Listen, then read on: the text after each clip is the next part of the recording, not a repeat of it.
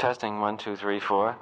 Jeremy Bernstein, tape, November 27, side A. Born July 26, 1928, New York City. My father is a doctor. One sister, Barbara, married, 2 children, lives in New Jersey, 6 years younger. Her husband is a lawyer. I was taught to play chess at the age of 12, but did not play seriously until about age of 17. When I joined the Marshall Chess Club in New York on West 10th Street, between 5th and 6th Avenue. Okay. Whatever came along. Did you have any particular intellectual interests as a child that you remember? I mean, were you an avid reader or? No. I had few intellectual interests as a child. I was a school misfit and considered, reading a book schoolwork. And I don't think I read a book for pleasure until after I graduated high school. Well, what were you doing? I mean, your misfit. Well, I had one thing I think that perhaps helped me get over being a misfit, a school misfit, and that is that I became interested in photography about the same time, 12 or 13.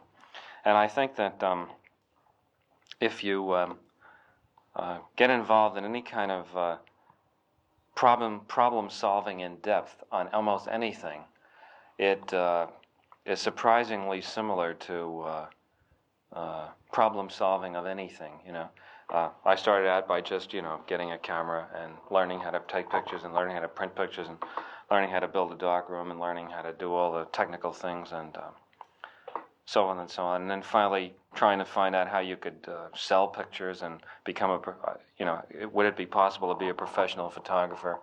And it was a case of over a period of, say, from the age of 13 to 17, you might say, going through step by step by myself without anybody really helping me, the problem solving of becoming a photographer. And I found that, I think in looking back, that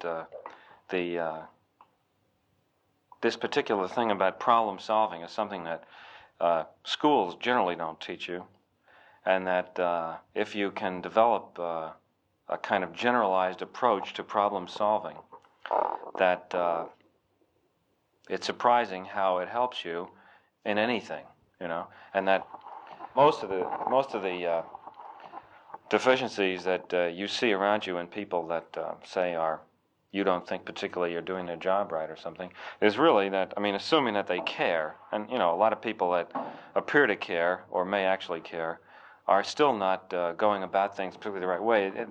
When you think about it, I generally find that it's just that they don't have a good generalized approach to problem solving. They're not thorough. They don't consider all the possibilities. They don't prepare themselves with the right information and so forth. So I think that photography, though it seemed like a hobby, and ultimately led to a professional job in photography, might have been more valuable than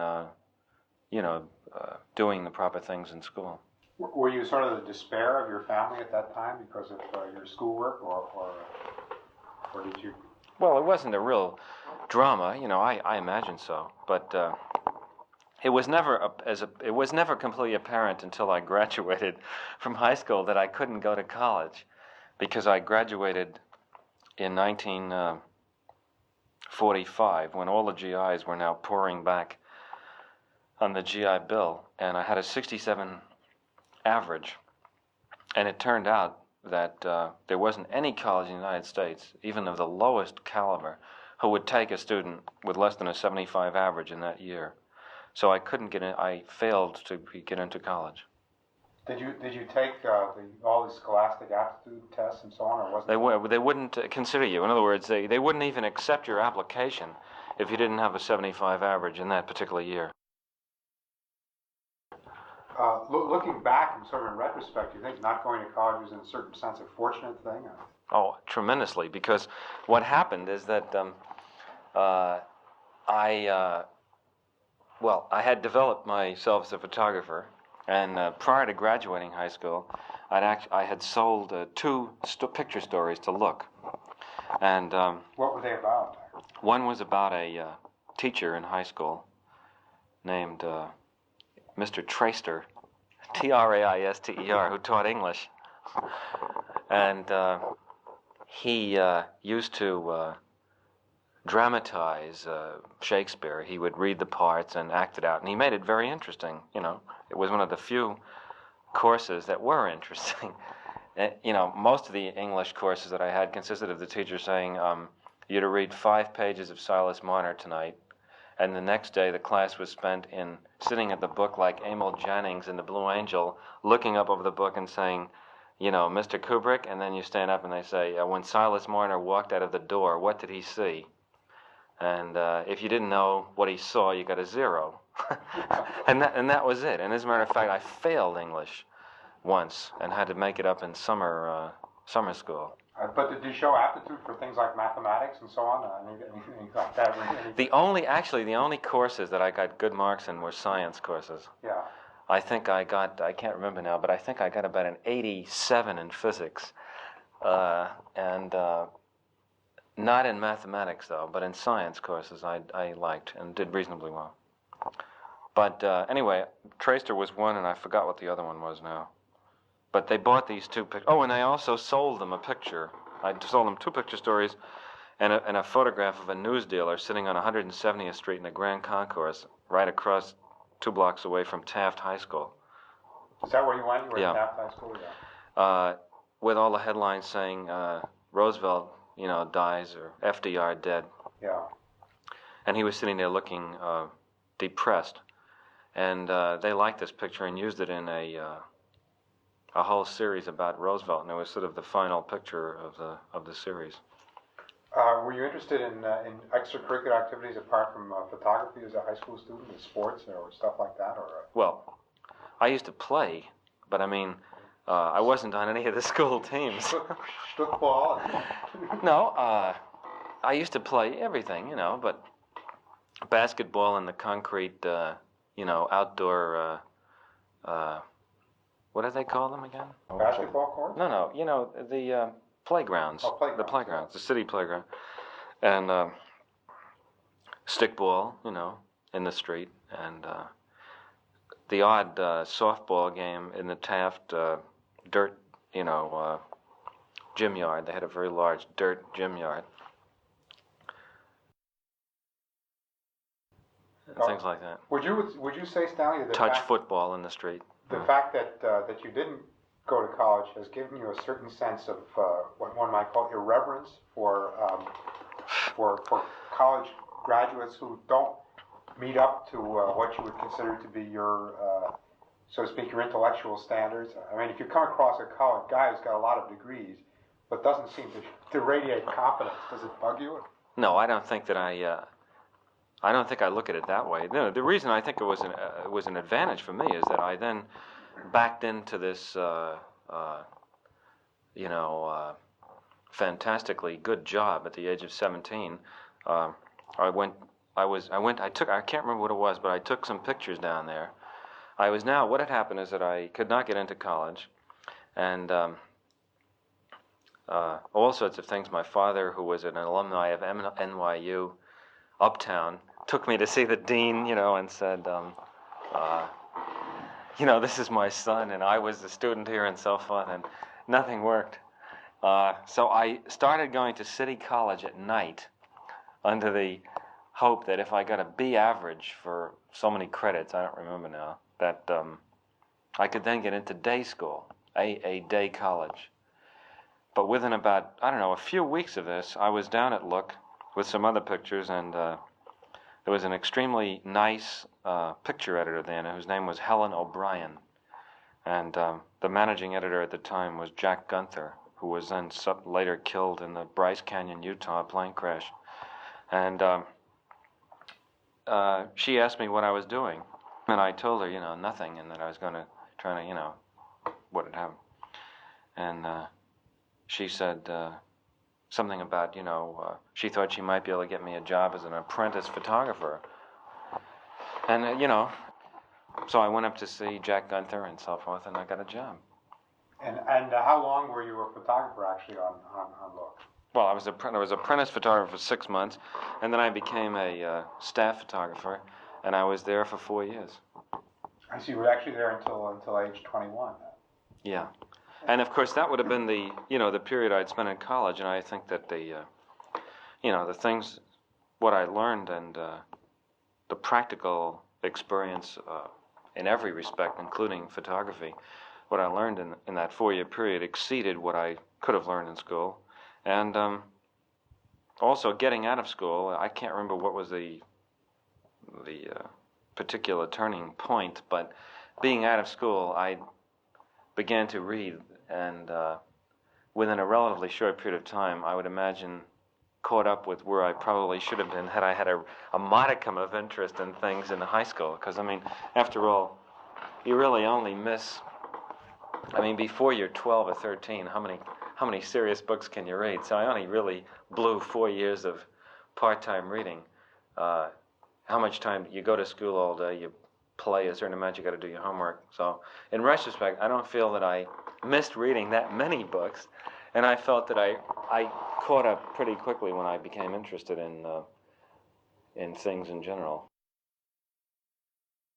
Well, what first gave you the idea of actually going into the movies as opposed to? Like everybody else, I was always very interested in movies, and I used to go to see films, and I'd say practically every film. And I used to see all the films at the Museum of Modern Art and the Thalia, and actually at that time, when I was a teenager, there were the so-called art house didn't really exist to the extent it does now. It was the post-war Italian the Rossellini pictures, which brought the art houses into existence. So there weren't that many good films that were ever played in the theaters around, except at the museum. Anyway, I used to see all the films, and I knew I'd seen them all a number of times at the museum. And a friend of mine, who subsequently has become a film director, named Alex Singer, was working as an office boy at the March of Time. And one day he told me that it cost $40,000 to make a March of Time, and it was a one-reeler. And I said to him, gee, that's a lot of money. I said, I can't believe it cost that much to make, 8 or 9 minutes of film. So I called up Eastman Kodak and checked on the price of film. And then I called up the laboratory and found out how much it cost to develop it. And I checked on how much it cost to rent 35 millimeter movie cameras. And then I checked the cost of the other facilities, sound and editing and so forth. And I forgot what it added up to, but it was something like that I could do a documentary film with an original music score and everything for about $3,500.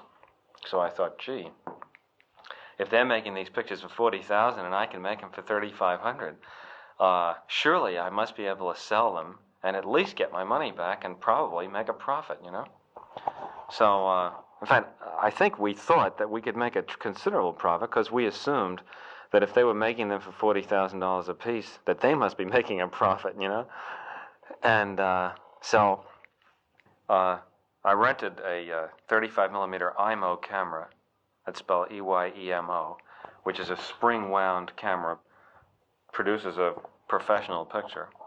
And I did a documentary film about a boxer named Walter Cartier, who I had previously done a picture story for Look about, and I knew him. And it was called Day of the Fight. And got the whole thing, did everything.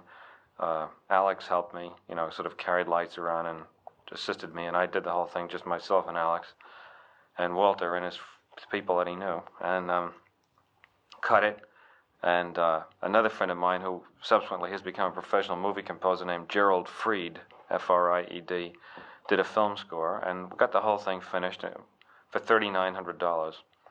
And then when we began to take it around to the various companies to sell it, they all liked it, but we were offered things like $1,500 and $2,500 and so forth. And This is, by the way, when you were still age 21, roughly. well, less than that. Less than. I did this about, I'd say maybe 9 months before I quit Look, about 20 plus. Yeah. And at one point I said to them, Christ, why are you offering us so little for this?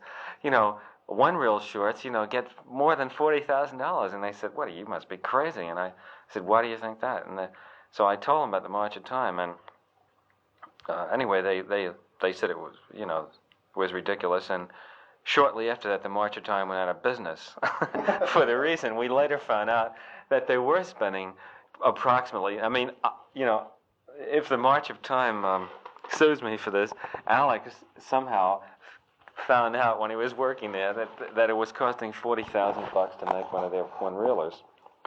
And they went out of business. Well, anyway, I finally sold the film to RKO Pathé, who are no longer in business either, and sold it for about $100 less than it cost me to make it. I know it was a small loss, but I had the pleasure of seeing it shown, and I remember I went to the Paramount Theater where it was playing with some Ava Gardner, Robert Mitchum picture, and it was very exciting to see it on the screen, and it got a nationwide and worldwide distribution, and so I thought everybody liked it, and they thought it was good, and I thought that this would be, I'd get millions of offers, on which I got none to do anything, so I made another documentary, this time about a flying priest. I forgot, Father Stottmuller or something in New Mexico, who flew a Piper Cub around to Indian parishes. I know RKO thought it was a colorful subject, and so I went there and pretty much on my own again made this short, and still, nothing was happening. And were they supporting you for this? Or? No, they gave me $1,500, and of which I had to pay for the film, the travel, and everything. I made nothing. I think I lost money on that too. But I had been making a reasonably good salary at Look for 4 years, so I had a certain amount of money, and I was still working.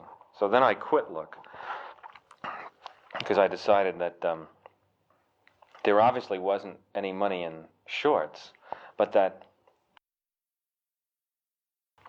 I then found out how much feature films were being made for, and millions. And I had calculated that I could make a feature film for about $10,000. And well, how did you calculate that? Well, again by projecting the amount of film I'd shoot, figuring that I could get actors to work for practically nothing. Work with. At this point I was the whole crew: cameraman, assistant cameraman, director, everything. So I had no cost. So a friend of mine in the village did a script. Were you living in the village in those days? I was living on 16th Street, off 6th Avenue. And he did a script which was a terrible, sort of dull, undramatic, but very, very serious, allegorical story about 4 soldiers from an unnamed country lost behind enemy lines trying to find their way home again. And it had lines in it like, we spend our lives running our fingers down the lists of names and addresses looking for our running our fingers down the lists of something or other looking for our real names or our real addresses. I can't remember what the line is, but it was that kind of a thing, And of course, I totally failed to recognize what I didn't know about making films or anything. I just thought, well, these other 2 things would turn out pretty well, but they were documentaries. And the second thing had turned out pretty well. Yeah, but I didn't really know what I didn't know, and I thought, well, Christ, there really can't be very much more to making a feature film, and I certainly couldn't make one worse than the films that I kept seeing every week. And but I wasn't satisfied to just make an interesting film. I wanted it to be a very poetic and meaningful film. And it was a little bit like the Thurber story about the midget, who wouldn't take the base on balls and decided to swing, And so I got the film made, and but it was very, very dull, and it got an art house distribution. It was called Fear and Desire, distributed by Joseph Bernstein, who was at one time, I think he was the distributor who first brought in Rossellini's pictures.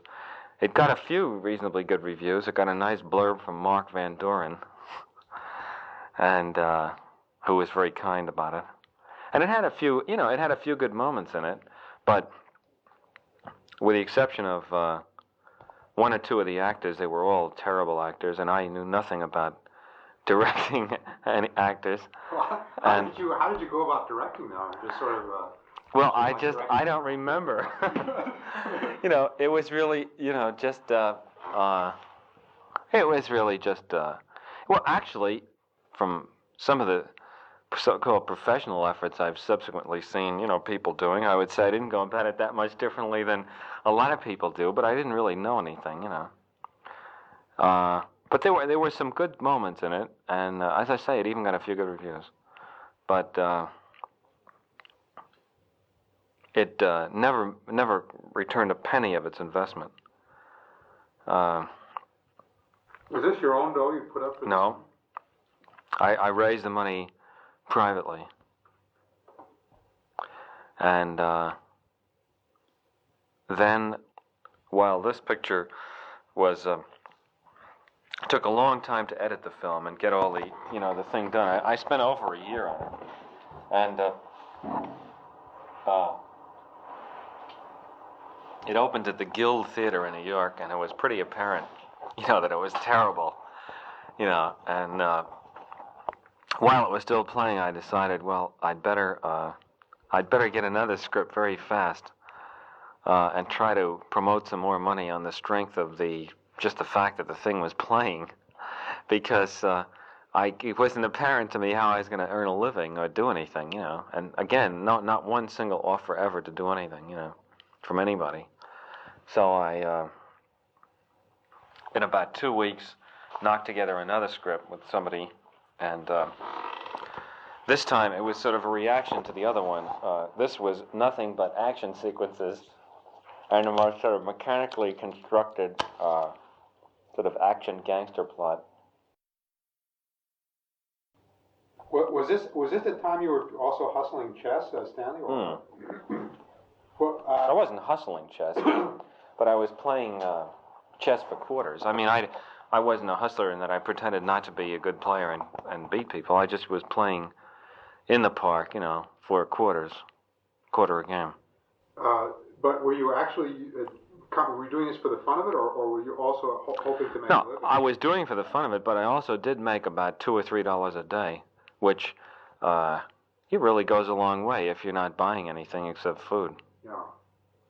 Well, do you still retain a lot of acquaintances from that era? I mean, the guys that you. There's only one friend who I still see, a boy named David Miller, who is a operations research analyst, and who I've remained friendly with. I still know all the people there, like Duval and Feldman, and there's a guy named Edmund Peckover. But the regulars at the park don't change too much. Well, was there a kind of fraternity of people playing for money? I mean, I don't know whether, Yeah, there was. Well, I mean, there were the regulars. Like the real regulars used to be Arthur Feldman, who was really the best player there. He also played for dough. Oh yeah, I mean, all the regulars played for money. There was Arthur Feldman, I'd say, who was the best player. Then there was a guy named Joe Richman, who was probably the next best player. Then there was a guy named Edmund Peckover. I would have put him, say, third. And another regular was a guy named Amos Kaminsky, who was a physicist. He would have been next. Then I would say myself and David Miller, about equal. And then there was descending. I mean, I was only interested in the people who were better than I was, you know, so those are the ones that I particularly remember because they were enjoyable to play with. Then there was a whole lot of potzers, you know. From whom you earned your living. And semi-potzers, you know, and people who put up fierce struggles, you know, but who invariably lost, you know. How many hours a day were you putting in down there? Well, when I was waiting for things to happen, you know, waiting to get an answer on something which went on for months, you know, sometimes, I would go there about 12 o'clock and stay there until, you know, midnight. I'd say a good 12 hours a day with breaks for food. You were sort of playing under the lights? Oh, yeah, in the summer it was marvelous, you know. You'd get, out of doors with those concrete tables. Yeah, in the daytime you get a table in the shade, and at night you get a table by the light. And if you made the switch the right way, you had a good table all the time, you know. But, you know, there are those two end tables where the light is by the fountain that have the best light at night, and those were always the tables at night that you would try to get. And did you have a sort of regular clientele of guys who would just, you know, out of sort of misguided pride would come back and... Well, I used to play, of course, a lot with the better players because they'd give me odds. And because, you know, they couldn't get a game, really. For instance, Feldman used to give me a pawn and move. And with a pawn and move, I never really kept track, but it was pretty even. I mean, Feldman didn't make his living off me, you know, but when there was no sort of real potters around, then the better players would play each other. And would give, you know, fair odds, so there would be a pretty good game. Like there were some players that would just give you always white, which was a small advantage, but it was an advantage. Pawn and move, of course, is well, the smallest advantage would be white. Then the next advantage would be two moves, you know, and then the next one would be pawn and move, you know. How did you stack up in the Marshall Chess Club? How would you stack yourself up in the Marshall Chess Club at that time? I won the B tournament, and I played in one A tournament and finished around in the middle. But you think that... Well, I would like to point out to you that the A tournament, though, is not the top tournament. The top tournament is the club championship. So, you know, that you can figure out where I stood. But you think you would give Duval a pawn and move, roughly? Is that a serious appraisal? Oh, absolutely, yeah. That's rather depressing. And when did you get launched after this point into the movies again? Well, as I say, when Fear and Desire was still playing the Guild Theater, I spent about 2 weeks lashing together this all-action script, and let's see now, what is he in relation to the family? Well, the guy's name was Mo Bousel, B-O-U-S-E-L, and he has 2 drugstores in the Bronx. Mo Bousel co-produced and put up the money to make Killer's Kiss. His name is Morris Bousel. And that... M-O-R-R-I-S, B-O-U-S-E-L. That was not a great financial success. It was at that time that I was playing chess for quarters in the park. I told him that there was Speaking of Jimmy Harris. There was a guy in the village who was making films by himself. I mean, just doing everything together, and that he thought that you and he should get together, and introduced you, and then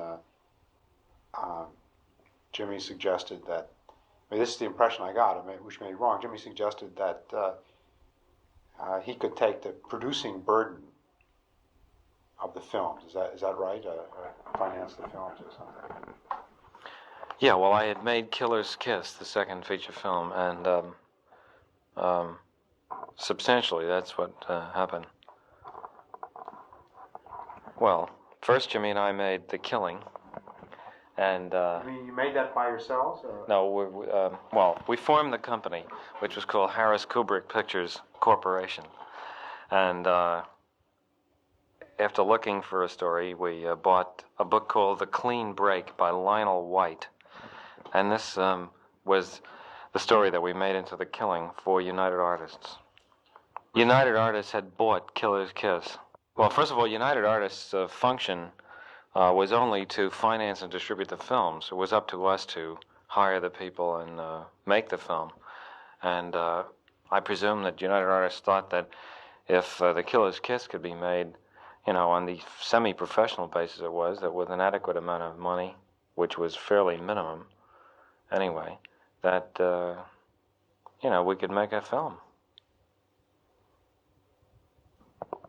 Jimmy had to guarantee completion of the movie, which means that if the movie ran over the budget, he had to put up all the extra money, which is a great safeguard, and especially since financially he was responsible to make this kind of a guarantee, it wasn't that much of a risk on the part of United Artists. Well, we had a very good cast, but none of the people were big stars in the sense that they were extremely choosy about what they were in.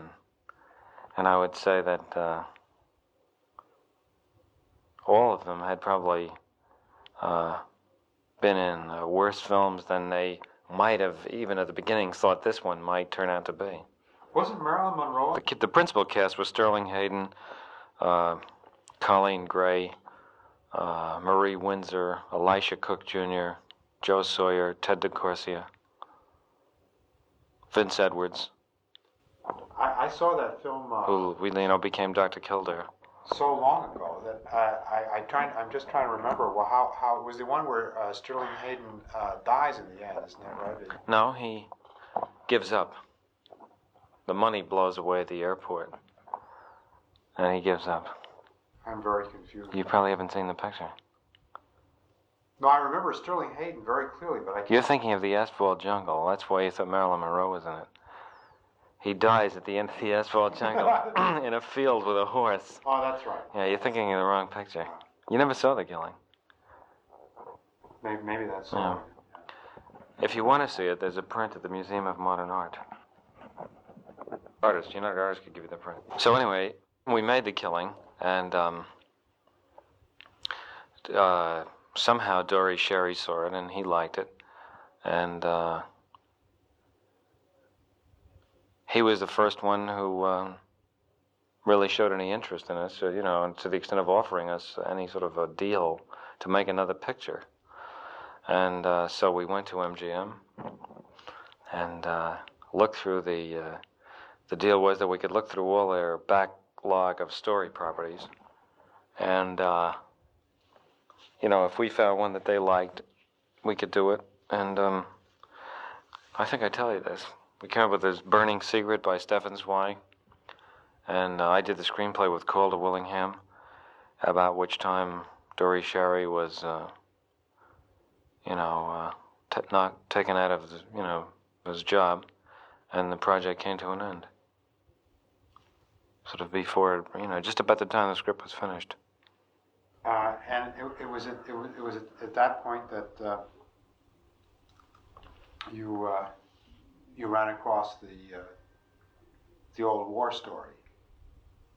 Well, it was really sort of concurrent with this that I remembered reading Paths of Glory as one of the few books that I did read.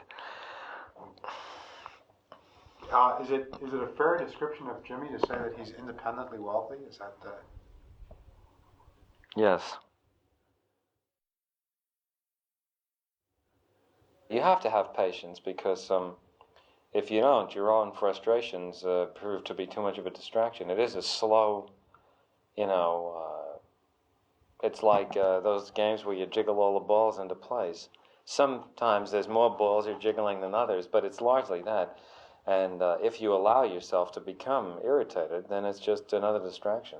Well, how do you keep yourself, so to speak, amused when, there are all kinds of minor delays where something breaks and you've got to go sit down. Because I keep thinking about the next things that I'm doing. I try to use all the time. That's why I found, for instance, when all these people were there, I found myself in a slightly up-in-the-air feeling. Luckily, the stuff was quite simple. But I usually, I would imagine, to anyone sort of looking at me, I have a sort of vague, withdrawn look on my face, because what I'm just doing is thinking about what I'm about to do or what other scenes. Why don't I just use the time to think? That's all. It's like sitting in the park playing chess. Well, I mean, do you think about how to manipulate the actors and that sort of thing? I mean, Well, I think about whatever problems are problems. I mean, sometimes manipulating the actors aren't the problem. Sometimes the problem is the story or the schedule or a set that isn't completely designed or something. But whatever it is, I always have plenty to think about. well, how close do you permit yourself to get to the actors as friends? I mean, is it bad to be too friendly with the guys who are working for you? Or? No. I mean, if you can, I mean, in other words, if it's bad if you don't like somebody to have a bad social situation occur, like an attempt at friendliness, which turns out to be sour, or, you know, his wife goes away saying how terrible you are, or something like that. But I mean, if you like the people, it helps to know them, and it's enjoyable to be with them. Yeah, it's not awkward to apply discipline or anything. If you, I suppose it isn't really discipline. Well, it isn't discipline anyway, because unless the actor, it's so rare that you would ever get to the point where you'd say to the actor, "Look, this is my picture, and you're working for me, and you do it the way I want, or go home." Because what you really want him to do is to feel confident and enjoy what he's doing. Otherwise, he's not going to be able to do it very well. So somehow you have to be clever enough to, or persuasive enough to, although persuasive isn't even the right word, because I tend to believe that if you're right, people realize it. Are you usually right, Stanley? Well, I try to be. No, but I have found that when I am right, you know, when in retrospect it turned out to be always right, and in doing it, it seemed right, and so that you do not usually find difficulties arising if you're right, unless the actor is incapable of doing what you're asking him to do for limitations of his talent or his emotional range or something, and he gets insecure and thinks of a lot of reasons why you're wrong, but really what he's trying to do is avoid failing, you know. But then really you should try to figure out what the limitations of the actors are and never put them in a spot like that.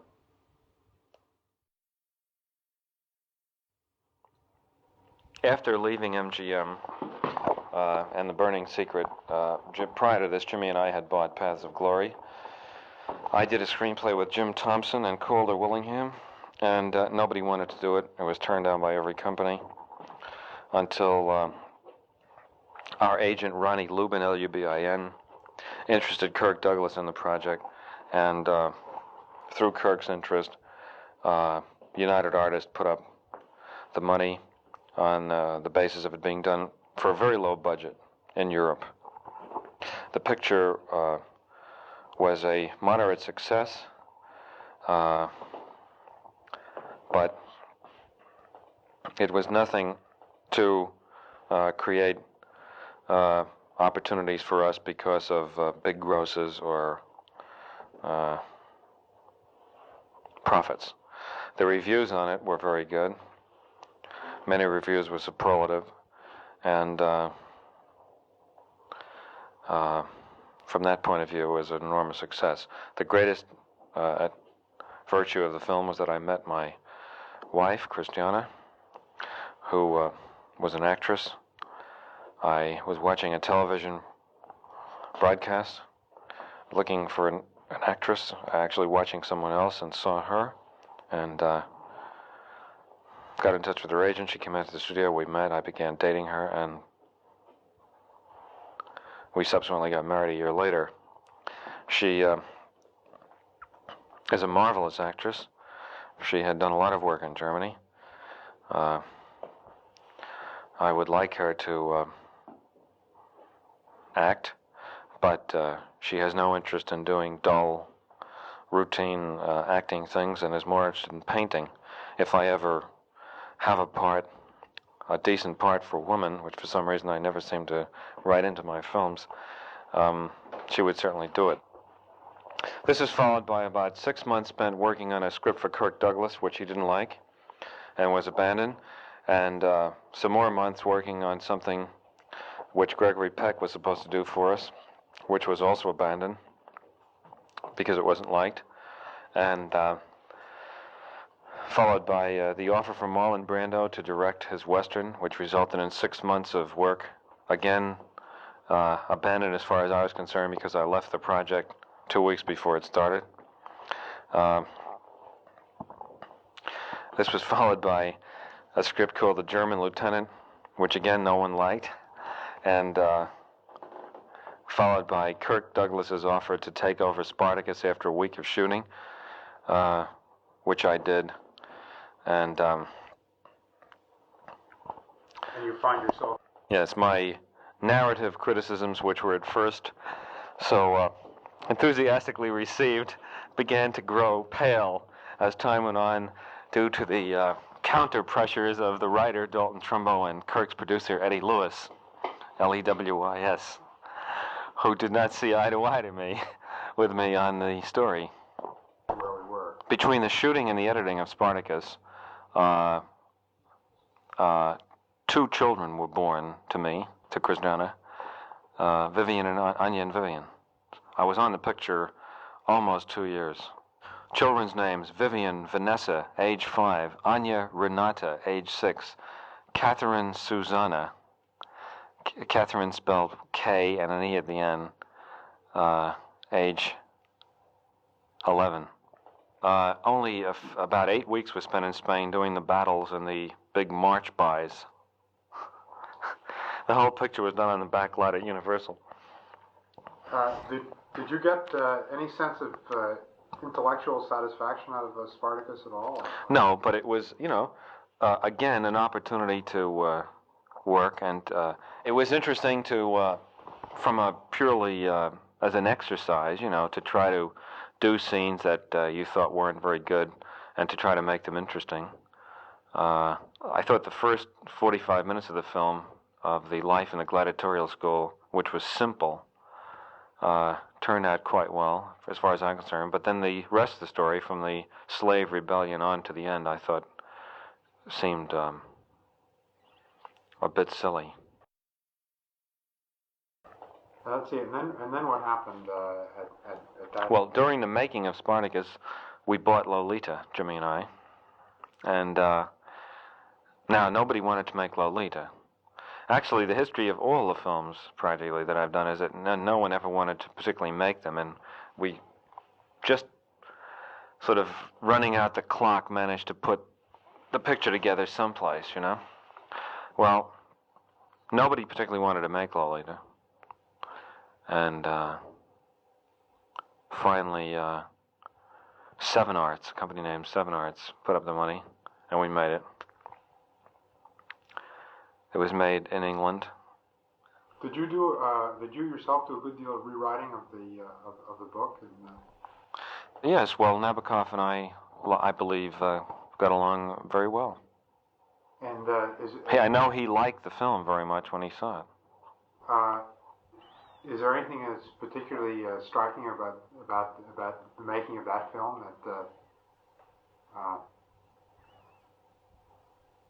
that you remember? Or? Well, no. You mean anecdotes? Not really. I think the only thing that is regrettable about the film is that due to the incredible pressure against making the film and put on by the carload by all sorts of groups, although I think the film was faithful psychologically to all the characters and captured, I think, the sense of them, I think that the total lack of eroticism in the story, in this film presentation of it, spoils some of the pleasure of it. You can imply all the eroticism you want, but there's nothing like delivering some to help understand a little more the enslavement, that Humbert was under. I think that I would consider that a criticism of the film, but one that was, the film could not have been made Nobody would have made it at all, and it would never have been distributed. There was some criticism by some people that said that she looked too old, but I never thought that was a valid criticism, because it was one of those books where nobody bothered to really read the description that Humbert gave of Lolita, and they got this, that somehow it was a rather interesting example of sort of mass delusion, because it's inevitably people imagined her as being about 9 years old and looking about 9 or 10 years old, and yet there's a very clear description in the book of Annabelle, his childhood sweetheart. And he says in the narrative that were it not for Annabelle, they would never know Lolita. And then when he sees Lolita, he says that she was a perfect reincarnation of Annabelle. And Annabelle is described as a pretty sexy 12 and a half. I forgot. I don't exactly remember Annabelle's age, but I know that Lolita was something like 12 years and 3 months when he meets her. And then the story progresses through quite a few years. Well, Sue Lyon was actually just 13 when we made the picture. And I thought this criticism was not valid. Many of the people who wrote it, I think, I know, didn't bother to really read how old he said she was and what she looked like. And there was this peculiar example of a lot of people imagining her as being about 10 years old. Strangely, that was the first film you made where you proceeded really from an intellectual premise rather than from a story, or from an intellectual situation rather than from a specific story. Curiosity about the possible outcomes of nuclear strategy. How did that come about? When did that come about? After Lolita was made? Well, I was interested in whether or not I was going to get blown up by an H-bomb prior to Lolita. But my interest intensified itself sort of concurrently with that. I believe that the Berlin crisis took place during Lolita, and about that time I became keenly interested and started reading up on all the, literature, of which there is a terrific extent, a tremendous a lot. Boy, am I getting fucked up on that. A tremendous a lot. I read, I would say I pretty much read the spectrum. I began finding after a while that I wasn't reading anything new, and I decided I knew the whole thing, And it was then that I began to, the thing that struck me most of all about it was that at first, when you read the brilliant analyses and the games theories and Herman Cohen, you're very reassured, because you start off by thinking, gee, God, there are these bombs, and you get an image vaguely of sort of a World War II mentality. And then when you read the literature in the field, your first reaction, superficially, is you're very encouraged, because you suddenly realize there's this whole body of thought that's gone into the whole thing, and you think, yes, well, now and then as you read on and become more involved, then you begin to realize that all these things lead to very paradoxical outcomes. And in reviewing the whole thing, every line in it leads to a paradoxical point. And I suppose this was the most thematically obvious thing about Dr. Strangelove, was the paradoxical outcome of any particular line of thought. Well, if it really is true in the real world that every line does lead to a paradoxical outcome, what hope is there for any of us? Well, personally, I think that the hope is basically just luck. The situation is simply for just luck reasons is never really put to any particularly great strain. a lot, of course, a lot has been done. A lot keeps being done about trying to improve the situation against accidental war and better command and control and a more sophisticated threat technique of trying to graduate threats into as many steps as you can to leave as many alternatives and back-away points. But depressing thing is that at every period of history, the people always thought that they had. The power structure and the leaders always looked back on the previous period of history and thought that they had learned something.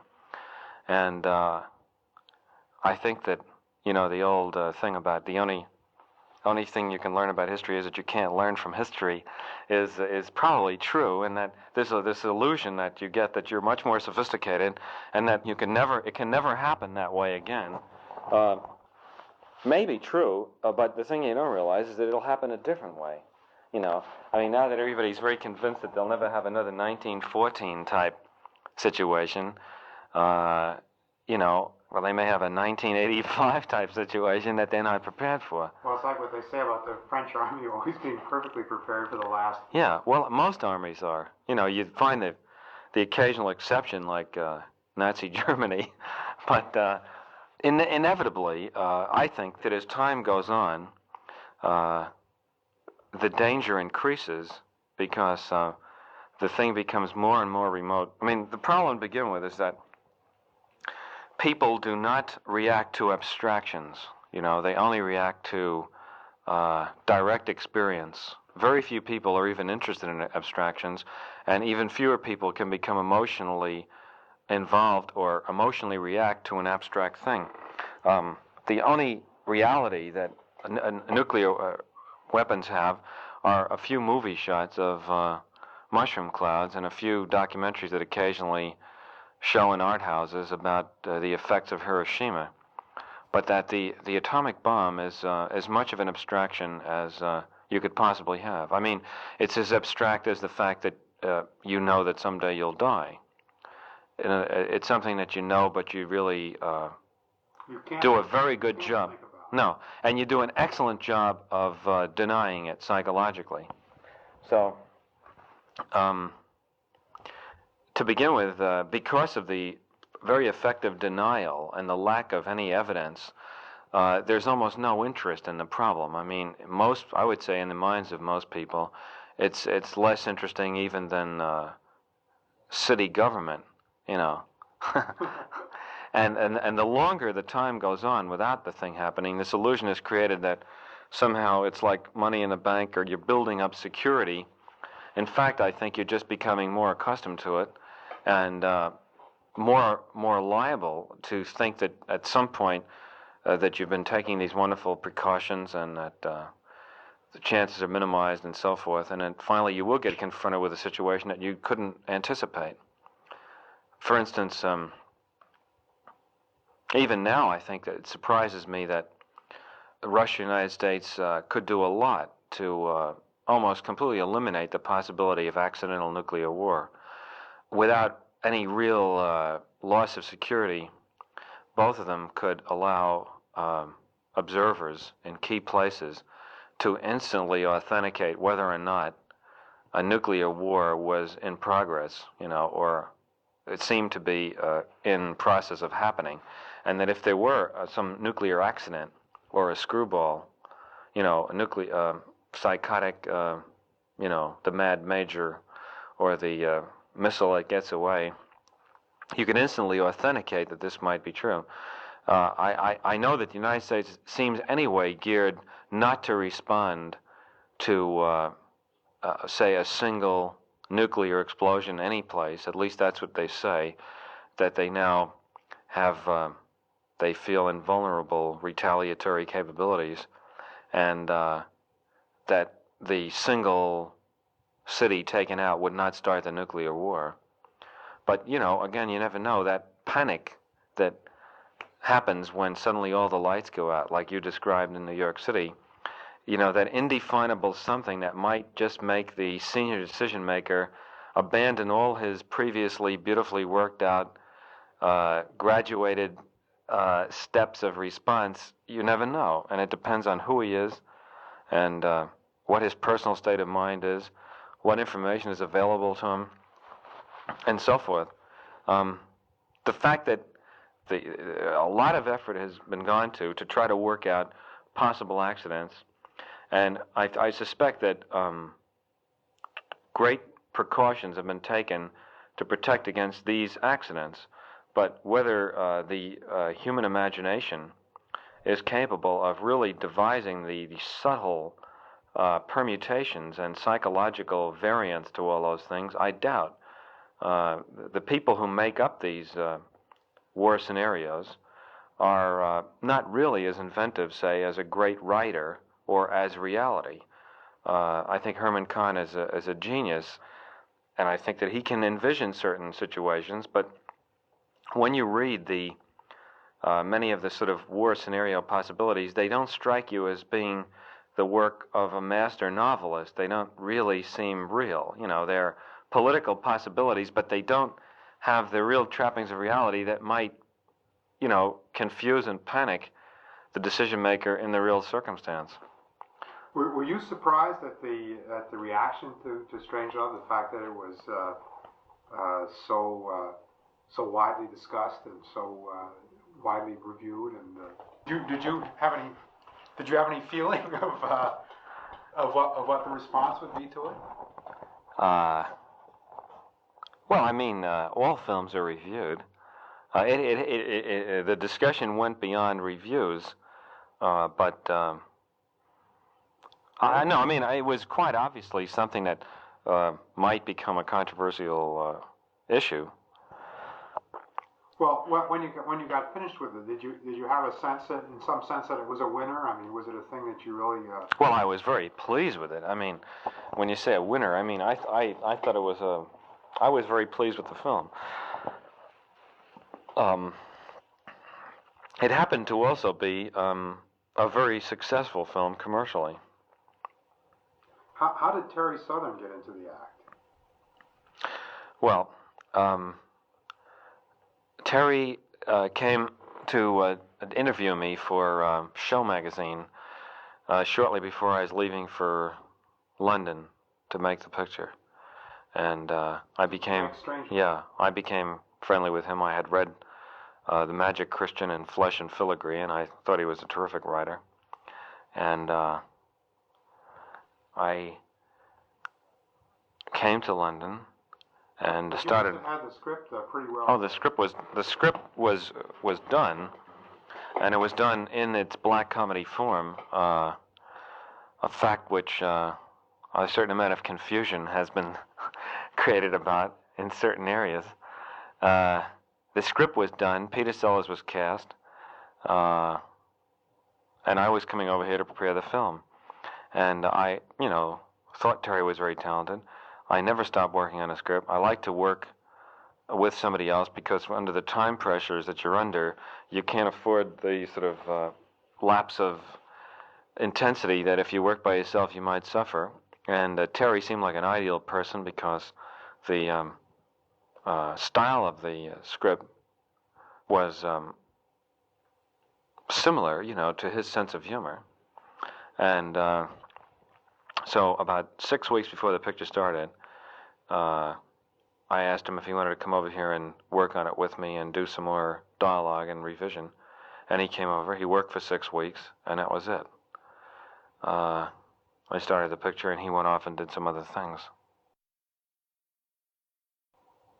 Have any of the pictures been as intellectually complicated as the present one? I mean, the 2001, and poses many intellectual problems. I mean, it's a terrific undertaking trying to create the future in a way.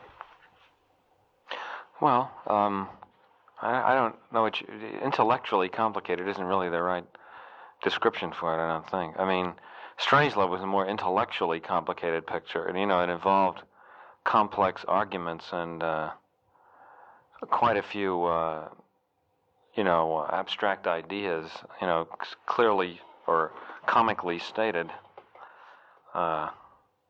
This is not as complex a picture it's not as complicated a picture in terms of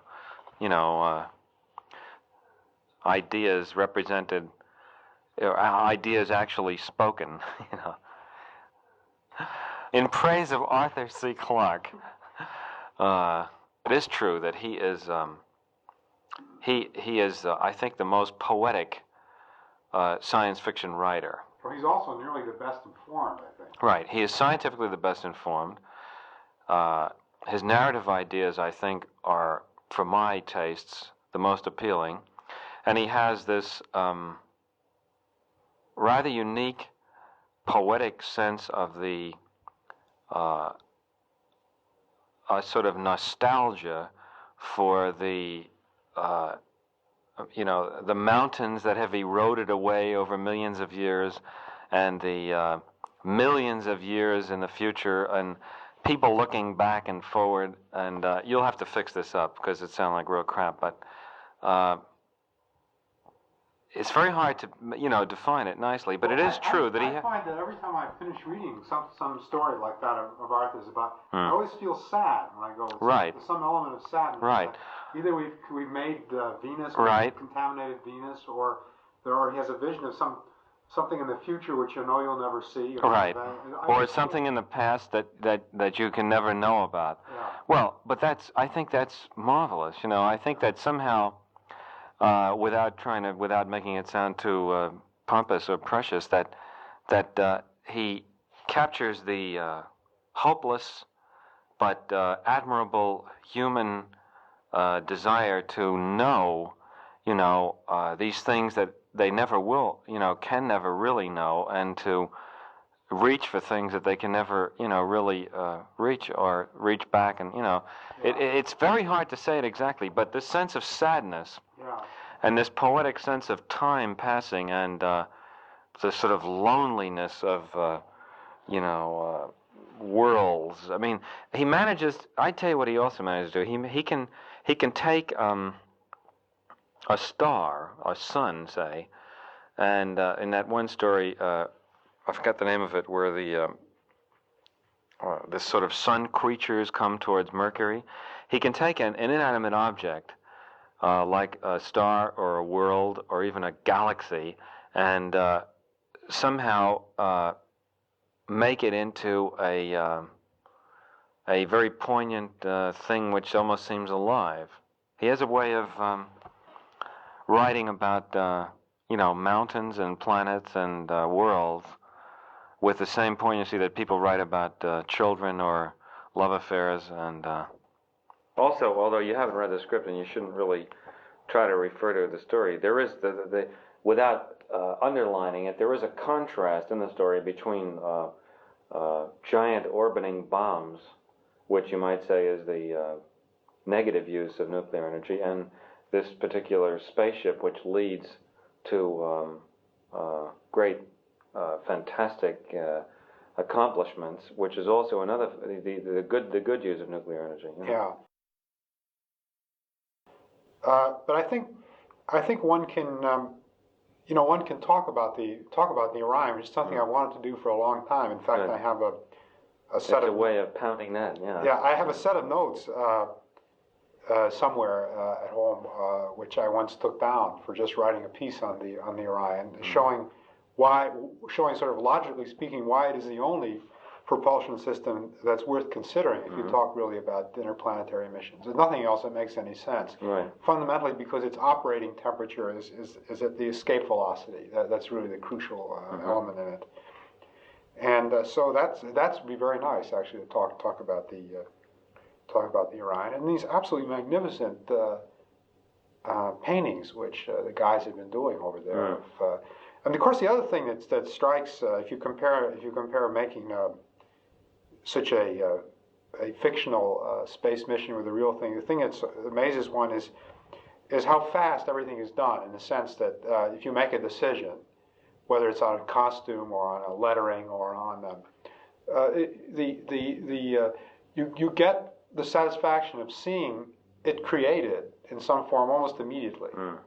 I mean, isn't that so? I mean, if you say... Well, it doesn't seem almost immediately to me, but if I was used to yeah, but I mean, another time scale compared to scientific time scale, yeah, I mean, it must Christ, seem very quick. Yeah. I mean, in a scientific project, you make any suggestion like that, and maybe it's 6 months. Or I mean, you take a typical experiment in physics. The guy has a good idea for an experiment. By the time you get an answer out these days, typically it's a year and a half. Wow. So it's a completely different order of It's patience. interesting that you would feel that way, because to the average person, the time scale of a movie seems like time has stopped.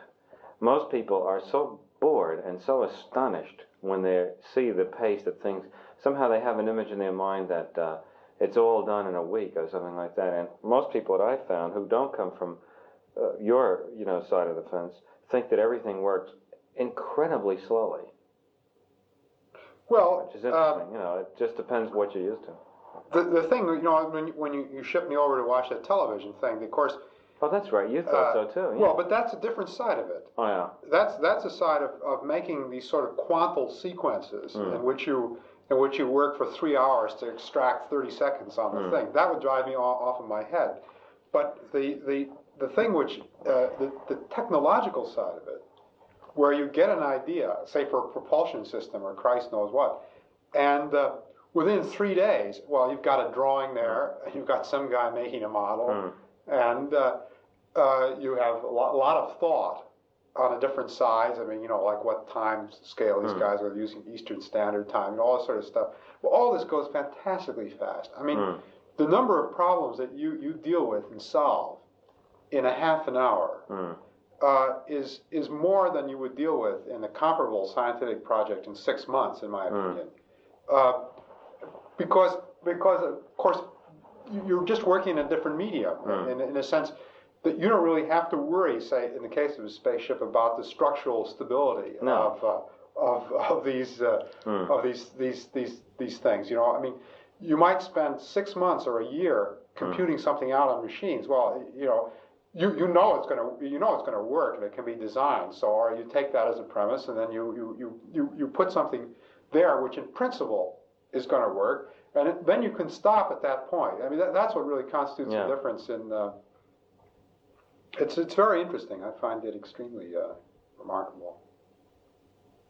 If these things do work that quickly, the thing that does take all the time is to extract, say, 2 hours and 15 minutes of a story and really keep distilling and distilling and distilling and distilling and distilling. I would say that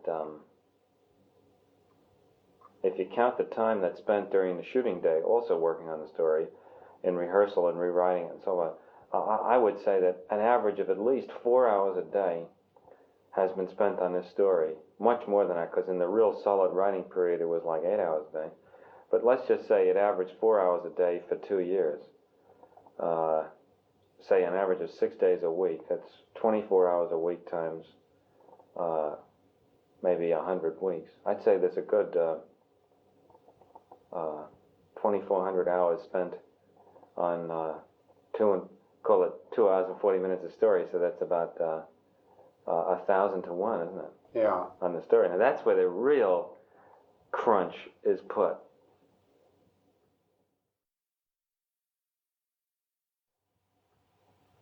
One doesn't get the impression that that film directors do think a great deal. You say that. They're supposed to. It helps. That they're great. They're great sort of. Let's get this quote. I think we ran out. Quivering reed. The analogy of using the frustrating, wasted time periods on the set for thinking with thinking on your opponent's move in chess. Was telling me a thing about the daily working with or without cutters, which I didn't completely understand. He said that when he directs that he has a cutter who works every day, and that you do not have a cutter who works every day, and that this is somehow a good thing. With the exception of a few directors, like David Lean, and, let's not say who, with the exception of a few directors, most people have their film edited by film editors as they go along. And then when the film is done, they look at the film and dictate some notes about it. And the film editor tries to do what they say, and then maybe they look at it again and they do it again. But basically, it's like trying to, redesign a city by driving through it in a car, you know. You can notice a few things and say, you know, put that traffic light in the middle of the street, or those buildings over there look kind of shabby or something. But if you really want to do it right, you must do it yourself, you know, piece by piece. So I think by now I have enough sort of ability to imagine the way a scene will come out so that I can tell, without editing the material, if I have enough film coverage and, you know, what I can do with it.